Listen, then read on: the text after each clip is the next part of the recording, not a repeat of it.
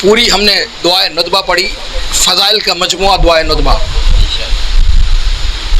गदीर का तज़किरा तफसील से किया गया। रिश्ता क्या है दुआ का? मौला ये रिश्ता, ये रिश्ता बताया गदीर ने।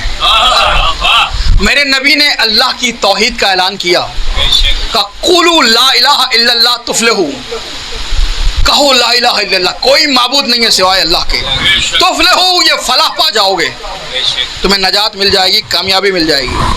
नबी ने कामयाबी की नवीद सुनाई है, कामयाबी की दुआ नहीं की।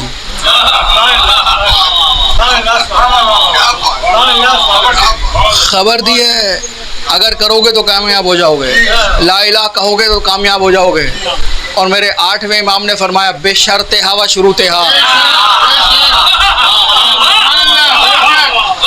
इस खुश फहमी में न रहना कि सुबह शाम अल्लाह कर रहे हैं, ला इलाहा इल्लल्लाह पढ़ रहे हैं तो नजात मिल जाएगी। का कबूल होगा शर्त और शुरूत के साथ, वह अना मिन शुरूतिहा, और मैं 8वां अली उसकी शर्त हूँ।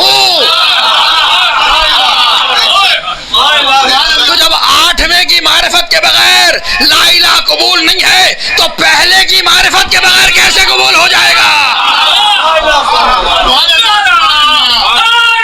ला इलाहा इल्लल्लाह कहो, इसमें कामयाबी है।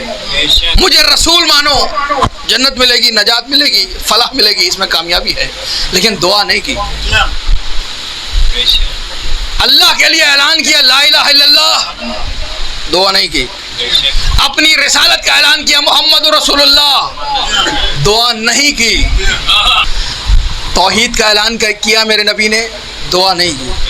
अपनी रिसालत का ऐलान किया, दुआ नहीं की।